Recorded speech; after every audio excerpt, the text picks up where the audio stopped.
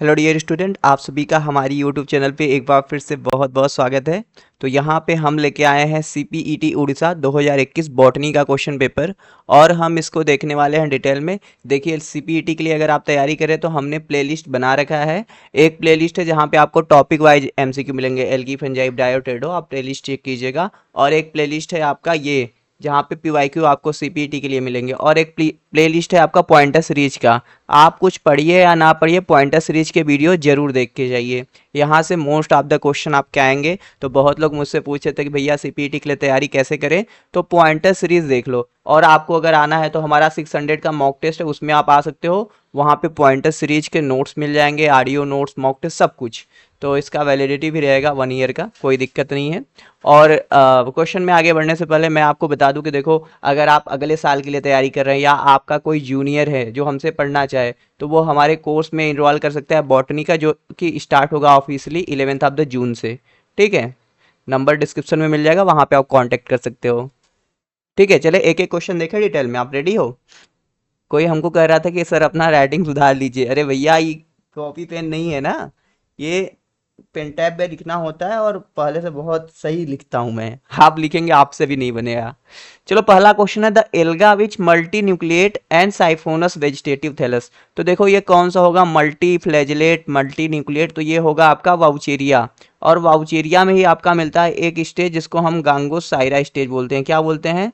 गांगोसाइरा stage बोलते हैं। Oedogonium में क्या होता है? यहाँ पे डॉर्फ मेल नैनेंड्रियम मिलता है और कैप सेल का फॉर्मेशन करते हैं। फ्यूकस है ये ब्राउन एल्गी, जहाँ पे हाँ, डायप्लॉन्टिक्स टाइप का लाइफ साइकिल मिलता है, आयोडीन निकालते हैं। पॉलीसिफोनिया रेड एल्गी है। अगला क्वेश्चन है हमारा, तो आंसर क्या होगा? वाउचेरिया होगा। When the DNA of a phage is transmitted to the host, मतलब वायरस का डीएनए बैक्टीरिया के अंदर आ रहा है, there is a temporary period of disappearance of infectivity, such period is called. तो मतलब वो कब तक इन्फेक्ट, मतलब उतना समय तक अगर आपका इन्फेक्शन नहीं कर पाया, अपने डीएनए को बैक्टीरिया के डीएनए तक नहीं जोड़ पाया, तो उसको क्या बोलते हैं? तो वो पीरियड होता है लेटेंट पीरियड। ठीक है, इनक्यूबेशन पीरियड तो वो होता है ना कि अगर कोई ऐसा करके वायरस है या बैक्टीरिया है जो डिजीज कॉज कर रहा है, तो उसका सिम्पटम कितने समय तक अपीयर होगा इंसान के बॉडी के अंदर, तो उसको हम इनक्यूबेशन पीरियड बोलते हैं। सेक्सुअल रिप्रोडक्शन आप लाइकेन में पढ़ते हो तो पता ही है वहां पे। तो लाइकेन में sexual reproduction fungal partner involve होता है, एल्गल नहीं इन्वॉल्व होता है, बहुत सिंपल। सस्पेंसर का काम क्या है एम्ब्रियो में? आप प्लांट एम्ब्रियोलॉजी पढ़ते हो तो सस्पेंसर का काम यही होता है कि वो डेवलपिंग जो एम्ब्रियो होता है उसको इंडोस्पर्म की तरफ पुश करता है, ढकेलता है, ताकि वो जाके उसमें एम्बेडेड हो सके, उससे न्यूट्रिशन को ऑब्टेन कर सके। तो push the embryo deep into the endosperm होगा। समझ रहे हो ये बात को? अगला क्वेश्चन है, एक्वाटिक इकोसिस्टम में हाईएस्ट पॉपुलेशन किसका रहेगा? उसका पॉपुलेशन रहेगा जो ट्रॉफिक लेवल 1 पे रहेंगे। तो ट्रॉफिक लेवल 1 पे मोस्टली फाइटोप्लैंक्टन्स रहेंगे, तो इसका पॉपुलेशन बहुत ज्यादा रहेगा। In a plant cell the non cellulosic polysaccharide pectin, lignin, phenolic substance. तो देखो, पेक्टिन की बात करा, लिग्निन की, तो इसका आंसर जो होगा, थोड़ा सा डिस्प्यूट वाला क्वेश्चन है, लेकिन आंसर जो आएगा इसका मिडिल लेमला आएगा। प्राइमरी सेंटर ऑफ ओरिजिन है, सेकेंडरी सेंटर ऑफ डाइवर्सिटी किसने बताया था? तो ओरिजिन ऑफ प्लांट के बारे में एन.आई. वाविलो, जैसा कि आप सबको पता है। The effect of ethylene can be inhibited by the increasing the. तो एथिलीन का इफेक्ट आपको इनहिबिट करना है। बढ़िया क्वेश्चन है, ध्यान से सुनो। एथिलीन जो कि फ्रूट राइपनिंग हार्मोन है, गैसियस हार्मोन है, इसकी एक्टिविटी को आप इनहिबिट करना चाहते तो आप क्या करोगे? आपको करना पड़ेगा वाटर स्ट्रेस। मतलब अगर वाटर स्ट्रेस कर दोगे तो वहां पे एबीए काम करना लगेगा, और एबीए जो होता है ये दोनों एक दूसरे के एंटी होते हैं। Ethylene ethylene and ABA is the anti of each other. तो वाटर स्ट्रेस करा दोगे तो एथिलीन काम करना बंद कर देगा। Crossing over is in diploid organism responsible for. तो क्रॉसिंग ओवर होता है तो क्या होता है? तो क्रॉसिंग ओवर सबसे पहले होता क्या है? तो ये होमोलॉगस क्रोमोसोम के नॉन सिस्टर क्रोमेटिड के बीच में पैकेटीन सब स्टेज में होता है ना। कब होता है? पैकेटीन सब स्टेज में होता है। यहाँ पे क्रोमोसोम का आर्म एक दूसरे से टूट के अलग अलग होते हैं। तो क्रॉसिंग ओवर होता है तो क्या होता है? लिंक्ड जीन जो होते हैं क्रोमोसोम पे, पास पास जीन रहते हैं, वो अलग अलग हो जाते हैं, उनका रिकॉम्बिनेशन हो जाता है। अपीयरेंस ऑफ नॉन पेरेंटल होता तो ये भी सही होता, पेरेंटल नहीं। लिंकेज की बात नहीं कर रहे। देखो, क्रॉसिंग ओवर और लिंकेज दोनों एक दूसरे के अपोजिट है, तो क्या हो गया कि रिकॉम्बिनेशन हो रहा है। ऐसे दो बैक्टीरिया का नाम बताना है जो जेनेटिक इंजीनियरिंग में बड़ा अपना रोल प्ले करते हैं, तो वो है एस्करिया कोलाई और एगरोबैक्टीरियम। एस्करिया कोलाई को हम बोलते हैं गुइनिया पिग ऑफ बायोटेक्नोलॉजी, इसको बोलते हैं गुइनिया पिग। और एगरोबैक्टीरियम को क्या बोलते हैं भाई? Natural plant genetic engineering. इसके पास टीआई प्लाज्मिड होता है ना। सुन लो भाई, एग्रोबैक्टीरियम को प्लांट नेचुरल जेनेटिक इंजीनियर बोलते हैं, एस्करिया कोलाई को गिनिया पिग बोलते हैं। The sexual reproduction of isogamous type in some species of genus of, तो देखो ये जो है ये सारे होंगे ऊगैमस टाइप के, ऊगैमस टाइप के होंगे। क्लेमाइडोमोनास जो होता है एक्चुअली में आइसोगेमी, ऊगेमी, एनाइसोगेमी सब शो करता है, लेकिन आइसोगेमी भी रहेगा। अगर हम बात करें जैसे एनाइसोगेमी के लिए बड़ा फेमस है, एनाइसोगेमी किस में पाया जाता है, तो ये सब नोट कर लेना। क्लेमाइडोमोनास ब्राउनी होती है ना, ब्राउनी स्पीसीज है, इसमें एनाइसोगेमी होता है। ऊगेमी की बात करें तो ऊगेमी आपका कहाँ मिलता है? क्लेमाइडोमोनास कक्सीफेरा में। जो मैं एक्स्ट्रा चीज़ें बता रहा हूँ ना, तो ये देखना, अगर इस बार सीपीटी का एग्जाम हो या कोई भी एग्जाम होता है जहाँ पे एमसीक्यू बेस्ड चीज़ें आती है ना, वहाँ पे आता है। ठीक है। Amphithecial origin of sporogenous tissue, तो देखो amphithecial origin of sporogenous tissue is the characteristic feature of Anthoceros. Anthoceros जिसको हम हार्नवार्ड बोलते हैं, जिसके थैलस में नास्टाक रहता है ना, म्यूसिलिजिनस कैनाल भी रहता है। तो देखो एंथोसिरास तो है नहीं, तो ये क्वेश्चन में ऑप्शन वन नहीं है, तो क्या ही करें। द कार्टेक्स, तो आप कार्टेक्स जो होता है डाइकाट स्टेम में किससे डिराइव होता है? तो तीन चीजें होते हैं, डर्मेटोजेन, पेरीब्लेम और प्लूरोम। और रूट के केस में कैलिप्टोजेन, ये मतलब हिस्टोजन इसे बोलते हैं। आइंस्टीन ने हिस्टोजन थ्योरी दिया ना, उसमें बताया था। तो सूट के केस में 3 हिस्टोजन होते हैं, रूट के केस में 4 हिस्टोजन होते हैं। तो डर्मेटोजेन बनाता है आपका ऊपर वाला एपिडर्मिस, पेरीब्लेम जो होता है ये कार्टेक्स बनाता है, प्लूरोम जो होता है वास्कुलर बंडल बनाता है। तो पेरीब्लेम आएगा इसका आंसर। क्या ज़्यादा तेज चल रहा हूँ? अरे भाई तेज कम नहीं है, 22 मैच करो, फ्रीक्वेंसी मैच करो। 2x में क्यों देख रहे हो? 1x में देखो। हर चीज़ जल्दी जल्दी चाहिए, इसीलिए ना नंबर कम आएगा तो कहोगे सर हमारा नंबर कम आया। इतना बढ़िया तरीके से आपको बताया जाता है। अरे भाई टेलीग्राम ग्रुप भी ज्वाइन कर लो, हर चीज़ है आपके पास। हम्म। लोग परेशान रहते हैं बस। तो इसका कैलिप्टोजेन से रूट कैप बनता है, तो आंसर पेरीब्लेम आएगा।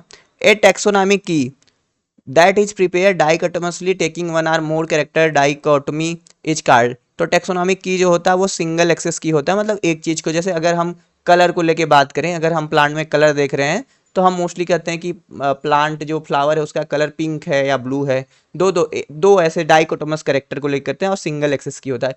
सिंगल एक्सेस की का मतलब है एक कैरेक्टर को लेके, मतलब प्लांट हर्ब है कि सर्ब है, ऐसे करके। In a distribution with a mean and standard deviation of 40 and 2, मतलब देखो मीन दिया है 40 और स्टैंडर्ड डिविएशन दिया है 2। कोफिशिएंट ऑफ वेरिएंस क्या आएगा? तो कोफिशिएंट ऑफ वेरिएंस निकालेंगे तो आपका इसको निकालोगे तो आपका ये निकल जाएगा 2 इंटू 40 करके 100 करोगे तो आ जाएगा 200/40, तो आ जाएगा आपका 5। फार्मूला लगा दोगे तो 5% आ जाएगा। In ground nut seed the food is reserve as protein and oil droplet. तो ग्राउंड नट की बात कर रहा है, तो ग्राउंड नट में कहाँ पे होता है? ग्राउंड नट डाइकाट है, तो यहाँ पे कॉटिलिडन्स में फूड रिजर्व होते हैं। The activation of fatty acid through ATP dependent conversion to fatty acyl coenzyme is catalyse by. तो देखो एटीपी का यूज करके फैटी एसिड को फैटी एसाइल कोएंजाइम ए में बदलने के लिए यूज होता है थायोकाइनेज। तो ये आप याद कर लेना। अगला क्वेश्चन है which of the following is a class of simple protein. तो देखो ये हो गया, ये सब कंजुगेटेड प्रोटीन है। स्क्लेरो प्रोटीन जो आएगा ये आपका एक तरह का सिंपल प्रोटीन है ना। ये ACD ये कंजुगेटेड प्रोटीन, जैसे इसमें फास्फोरस लगा है, इसमें कार्बोहाइड्रेट लगा है, इसमें फ्लेविन ग्रुप लगा है। Which of the following is strong mutagen. तो देखो जैसे कार्बन टेट्रासल्फाइड है तो वैसे लंबा वाला ऑप्शन भी है, और ये स्ट्रांग म्यूटाजेन है। कैफीन भी थोड़ा सा डीएनए में चेंज ला सकता है, लेकिन आंसर जो होगा आपका कार्बन टेट्रासल्फाइड होगा। अगला क्वेश्चन है which of the following statement is not true about the DNA replication process. ध्यान से देखो, DNA polymerase synthesize primary in eukaryote, तो डीएनए पॉलीमरेज फर्स्ट होना चाहिए था यहाँ पे। ठीक है, तो ये सही है। डीएनए जी एक तरह का ये प्राइमेज होता है जो कि प्राइमर को सिंथेसाइज करता है, ये भी आपका सही है। Loading and activation of helicase, देखो हेलिकेज का लोडिंग एक्चुअली में जीवन फेज में होता है लेकिन एक्टिवेशन नहीं होता है, एक्टिवेशन बाद में होता है, तो यही चीज गलत दिया है। The new DNA synthesize semi conservatively, तो आपको पता है डीएनए का सिंथेसिस सेमी कंजर्वेटिव होता है, और semi conservative model of DNA replication Crick ने दिया था, बाद में मेसल्सन एंड निस्थाल ने इसको प्रूव किया था 1958 में, हैवी आइसोटोप का यूज करके, डेंसिटी ग्रेडियंट सेंट्रीफ्यूगेशन करके। तो ये सब पढ़ना होगा आपको। क्यों नहीं पढ़े? बीएससी में टीचर नहीं पढ़ाते थे? अरे कोई दिक्कत नहीं, एक बार एमएससी में एडमिशन हो जाएगा आपका कहीं भी, आराम से पढ़ना, 2 साल एमएससी का, फिर आगे तो पढ़ना ही है। हमें भी नहीं आता था भाई। Which of the following is not cast of rhizopus, तो राइजोपस आपको पता ही है एक तरह का फंजाई है, तो ये स्पॉइलेज ऑफ फूड कराएगा, डेट्राइटर डेटियोरेशन ऑफ आर्टिकल, मतलब कोई भी कपड़े है लकड़ी की सामान है उसको खराब करेगा, डिग्रेडेशन ऑफ लेटर कराएगा, लेकिन एंटीबायोटिक राइजोपस से नहीं बनता है, तो यही आपका राइट आंसर होगा। During the sexual reproduction cycle of मार्केंसिया, meiosis कब होता है, यानी कि रिडक्शनल डिवीजन कब होता है, तो स्पोरोजेनेसिस जब होता है तब रिडक्शनल डिवीजन होता है। क्या? अरे एक्सप्लेन क्या करना, डायरेक्ट स्पोरोजेनेसिस होता है, स्पोर मदर सेल जो होता है डिप्लॉयड होता है, तो स्पोर हैप्लॉयड बनते हैं, तो मियोसिस होगा ना, होगा कि नहीं? हाँ, समझ में आ रही बात। Two neighbouring tracheid and vessel exchange sap through, तो आपको पता है प्लांट में जो सैप के कंडक्शन के लिए ट्रेकाइड और वेसल होते हैं, तो उसमें एक में से दूसरे में कैसे जाता है, पिट्स होते हैं। जैसे मान लो 2 वेसल ऐसे ऐसे हैं यहाँ पे, तो यहाँ से यहाँ जाने के लिए छेद होता है, यहाँ पे पिट्स छोटे छोटे, तो इसमें से इसमें चला जाता है। When more than one specimen are illustrated or cited by the author as the nomenclature type without designated आप a holotype, मतलब मान लो ये आप है, बड़ा मस्त लग रहे हैं ना, ये आप है, आप गए साइंटिस्ट बन के एक बगीचा में, गार्डन में गए, आप वहां से प्लांट कलेक्ट किए, ये 1 प्लांट हो गया, ये 2 प्लांट हो गया, ये 3 प्लांट, ये 4 प्लांट, लेकिन इन चारों में से आपने होलोटाइप नहीं डिसिग्नेट किया, मतलब मेन प्लांट, मतलब ये हमारा होलोटाइप है जिसका हम डिस्क्रिप्शन करने वाले हैं, आपने डिसिग्नेट नहीं किया, तो इन चारों को मिला के हम इसको कहेंगे सिन टाइप, सिन टाइप, ठीक है, आप सिन टाइप कहेंगे। लेकिन बाद में आप गए, मतलब आपने इसको होलोटाइप डिजाइन कर दिया, तो ये जो बचे ये इसे आइसोटाइप कहेंगे। तो ऐसे करके होता है चीजें। अब मान लो आपका होलोटाइप गलती से गुम हो गया, कहीं पे गुम हो गया, तो अब इसमें से आप इसको बनाओगे, तो इसको फिर होलोटाइप कहोगे, इसको मेन बनाओगे तो ये लेक्टोटाइप हो जाएगा। अब मान लो गए थे बगीचे में आपने प्लांट कलेक्ट करने, तो आप देखे कि यार प्लांटवा जो है फूला हुआ तो है लेकिन इसमें फ्रूट नहीं लगा हुआ है, तो आप दूसरे सीजन में जाके फिर से इसी प्लांट को कलेक्ट कर रहे हैं जिसमें फ्रूट है, तो उसको क्या कहोगे, पैराटाइप कहोगे। समझ गए? बड़ा सिंपल तरीके से समझा रहा हूँ, समझ में आया तो कमेंट सेक्शन में लिख दिया करो कि हाँ सर सही समझ में आता है। In a sample with 25 replicate and the standard error of 0.16, तो निकालना है आपको वेरिएंस। तो वेरिएंस निकालने के लिए आपको क्या करना पड़ेगा, स्टैंडर्ड एरर का आपका लेना पड़ेगा स्क्वायर रूट। तो 0.16 का अगर आप स्क्वायर रूट निकालोगे तो लगभग ये 0.04 आएगा, इसका कोई मतलब नहीं है, तो आंसर जो होगा मोस्ट करेक्टली ए आना चाहिए। ठीक है भाई, अगले क्वेश्चन पे चलते हैं। विच of the following character is not useful for identification of individual chromosome, आप एक क्रोमोसोम को पहचानना चाहते हैं, उसके बारे में बताना चाहते हैं, तो कौन सा चीज आप यूज नहीं करोगे। आप देखोगे कि जैसे कौन सा क्रोमोसोम छोटा है कौन सा बड़ा है, ये तो जरूरी है भैया। आर्म रेशियो देखोगे कि पेटाइट आर्म कितना बड़ा है और क्यों आर्म कितना बड़ा है, ये भी सही है। सेकेंडरी कंट्रिक्शन, यानी कि आपका देखोगे जो सेकेंडरी कंट्रिक्शन है सेट वाला रीजन वो कहाँ पे, लेकिन माइटोटिक इंडेक्स के बारे में आप जिक्र नहीं करोगे, तो आंसर डी होगा। ऐसा कौन सा अमीनो एसिड जो सिंगल कोडान के द्वारा कोड होता है, तो ये होगा आपका मेथियोनिन। मेथियोनिन के साथ साथ ट्रिप्टोफैन भी सिंगल कोडान होता है। बात समझ रहे हो? विच of the following not required during beta oxidation of fatty acid, देखो रिक्वायर्ड की बात कर रहा है, तो एटीपी का रिक्वायरमेंट होता है, कोएसाइल इसका रिक्वायरमेंट होता है, FADH2 NADH2 ये दोनों बनते हैं जी, तो ये दोनों आंसर होना चाहिए। ठीक है, When chromosomal aberration occur in both the homologous chromosome it classified है, तो होमोलॉगस क्रोमोसोम के बीच में हो रहा है तो इसे होमोसोमल कहेंगे। क्या कहेंगे? होमोसोमल कहेंगे। Presence of internal ribosome entry site IRS in eukaryotic mRNA, तो देखो IRS जो होता है बहुत अच्छा क्वेश्चन है, तो ये ट्रांसलेशन को स्टॉप नहीं कराता है, इसको इनहांस कराता है। Promote it translation under adverse condition by the requirement of new ribosome, तो बिल्कुल यही चीज़ है। देखो जैसे बहुत सारे ऑर्गेनिज्म बैक्टीरिया हो गए ना, उनको एडवर्स कंडीशन आ जाता है, तो उसमें मान लो ट्रांसलेशन के प्रति कोई भी ऐसा इनहिबिशन आ रहा है, रुकावट आ रही है, तो आईआरएस वहाँ पे जाता है और राइबोसोम को ऐसे वहाँ पे बाइंड कराता है और ट्रांसलेशन को प्रमोट कराता है। तो मेन आंसर तो आपका बी आ जाएगा। अब देखो स्टिमुलेट आरएनए एडिटिंग आप न्यूली सिंथेसाइज आरएनए, तो आरएनए एडिटिंग में इसका कोई खास रोल नहीं है। Block the entry of ribosome, नहीं ब्लॉक नहीं कराता है भैया, रिक्वायरमेंट कराता है। The ascus development from the tip of ascogenous hyphae of by crozier formation, वैसे क्रोजियर फॉर्मेशन तो is the feature of Ascomycotina, तो आप देखो राइजोपस को निकाल दोगे, म्यूकर को निकाल दोगे, लेकिन पेनिसिलियम भी है, न्यूरोस्पोरा। लेकिन एक बात जान लेना, Crozier formation is completely absent in Penicillium, मतलब पेनिसिलियम का ऐसा स्पीसीज नहीं रिपोर्ट किया गया है जहाँ पे क्रोजियर फॉर्मेशन होता है। तो न्यूरोस्पोरा कहेंगे जो राइट आंसर होगा। पेनिसिलियम में क्लिस्टोथेसियम पाया जाता है और यहाँ पे क्या पाया जाता है, perithecium. The leaf of Pteris, Pteris में देखोगे कैसा लीफ रहता है, बहुत बड़ा सा ऐसे फ्रंट वाला होता है, जिसको हम पिनेटली कंपाउंड लीफ बोलते हैं। The adaptive anomalous secondary growth of stem seen in, तो देखो एडाप्टिव मतलब उसको कोई ज़रूरत है, तो बिग्नोनिया में भी होता है और ड्रेसिना में भी एनामोलस सेकेंडरी ग्रोथ एडाप्टिव वाला देखा जाता है। मोर करेक्ट आंसर हम ड्रेसिना को मार के चलेंगे। अगला क्वेश्चन है the variance among the replicate of sample is not required the determine for the estimation of, तो वेरिएंस का फॉर्मूला देखोगे तो वहाँ पे कोफिशिएंट ऑफ वेरिएशन का कोई खास रोल नहीं होता है, तो आंसर जो होगा आपका बी होगा।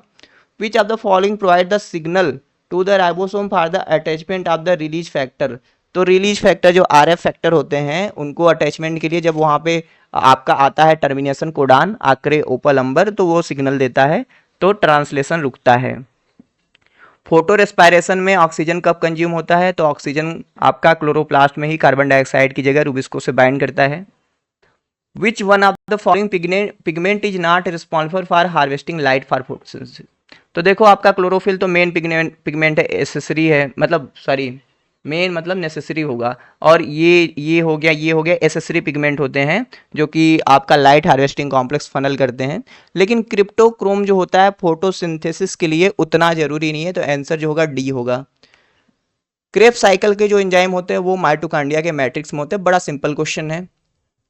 Which one of the following method of chemical transfection is not use for transfection, तो ट्रांसफेक्शन का मतलब होता है कि अगर आप डीएनए प्लांट के अंदर इंट्रोड्यूस कराना चाहते हैं तो आप कैल्शियम फास्फेट का यूज कर सकते हो, डीईए डेक्स्ट्रॉन का यूज कर सकते हो, कैटायन लिपिड का यूज कर सकते हो, but pyrophosphate not use. Pyrophosphate का हम ये देखते हैं सिक्वेंसिंग आप डीएनए वनने में यूज करते हैं।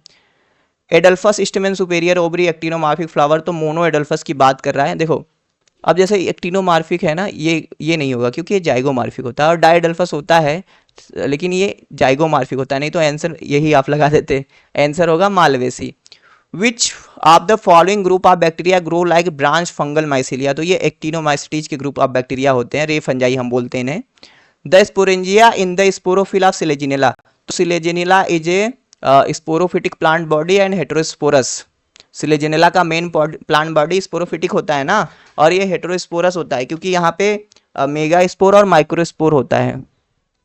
Formation of middle layer of anther by the secondary parietal tissue, तो सेकेंडरी पैराइटल टिश्यू से एंथर वाल में किसका मतलब middle layer secondary parietal tissue में किस में बनता है, तो ये सब में बनता है, डाइकाट में, आर्किड में, ग्रासेस में, कैमेलिड्स में, तो यही होगा। और अगर हम बात करें तो अगर आंसर कहें तो हम डाइकाट मार के चलेंगे क्योंकि ये तीनों तो एक ही लगभग ग्रुप से हैं। Dicot having been segregated into Lignosae and Herbaceae, तो हचिंसन थे भैया, इन्होंने family of the flowering plant लिखा था, ठीक है। Which of the following reaction step is the energy yielding step, इसमें से एनर्जी इल्डिंग स्टेप कौन है ग्लाइकोलिसिस का, तो यहाँ पे देखो यहाँ पे 2 फास्फेट ग्रुप है, यहाँ पे फाइनली एक फास्फेट ग्रुप बच रहा है, तो एक निकल रहा है, तो यहाँ पे एक जो फास्फेट ग्रुप रिलीज हो रहा है वो एटीपी बना रहा है, तो यही पहला होगा। A sense stand with sequence इतना है विल कोड फॉर एमआरएनए, तो सिंपली आपको करना क्या है, जहां जहां टी है वहां वहां आपको यू लगा देना है एडेनिन की जगह, और यहाँ क्या आ जाएगा, सॉरी ऐसे नहीं होगा, जहां जहां आपका एडेनिन है थाइमिन आता है तो वहां पे यूरेसिल हो जाता है, तो यूरेसिल यहाँ पे एडेनिन आ जाएगा, CGC, और यहाँ पे यूरेसिल CC, यहाँ पे यूरेसिल, यहाँ पे थाइमिन की जगह एडेनिन, तो देख लो कहाँ पे है। UUACGCUC आएगा ना, सी यहाँ पे जी आएगा ना, तो बी वाला आंसर सही होगा। C3 साइकिल में एक कार्बन डाइऑक्साइड को फिक्स करने में कितना एटीपी लगता है भैया? तो लगता है आपका 3 एटीपी लगता है और 2 NADH2 लगता है। अगर 6 कार्बन को फिक्स करना रहे तो आपका लगेगा 18 एटीपी और 12 NADH2। अगला हमारा क्वेश्चन है जीनोटाइप बताना है कितना बनेगा। तो आपको खोजना है कि भैया कहाँ पे हेट्रोजाइगट कितना है। तो एक हेट्रोजाइगट, दो हेट्रोजाइगट, तीन हेट्रोजाइगट, तो 2 के पावर 3 कर दो, हो जाएगा 2 इंटू टू इंटू टू, दो दूनी 4 दूनी 8। तो बस आप हेट्रोजाइगोट पता करके गैमेट निकाल सकते थे। न्यूमोकॉकस एक्सपेरिमेंट जो कि एक्चुअली में किया गया था ग्रिफिथ के द्वारा, तो क्या प्रूव कर रहा था वो कि डीएनए जो है आपका भैया जेनेटिक मटेरियल है। ए bacterial chromosome contain 100 kb of the DNA, 6 restriction side है। तो आप बैक्टीरिया जो होता है ऐसे होता है, सर्कुलर होता है। तो 1 2 3 4 5 6, इसको गिन लो कितना बनेगा, 1 2 3 4 5 6 फ्रेगमेंट बनेंगे। ठीक है, लीनियर होता तो 7 बन जाता। अब देखो ये है 1 2 3 4 5, यानी कि एक फ्रेगमेंट और बनना चाहिए। तो ये तो होगा नहीं, अब ये होगा नहीं। सबको जोड़ लो, सबको जोड़ोगे आएगा 95। 100 में से 95 kb घटा दोगे आएगा 5 kb। तो आंसर क्या हो जाएगा, 5 kb। माइकोप्लाज्मा कैसे बैक्टीरिया से डिफर करता है? तो माइकोप्लाज्मा मॉलिस्कीड ग्रुप का होता है जहाँ पे सेल वाल होता ही नहीं, इसलिए।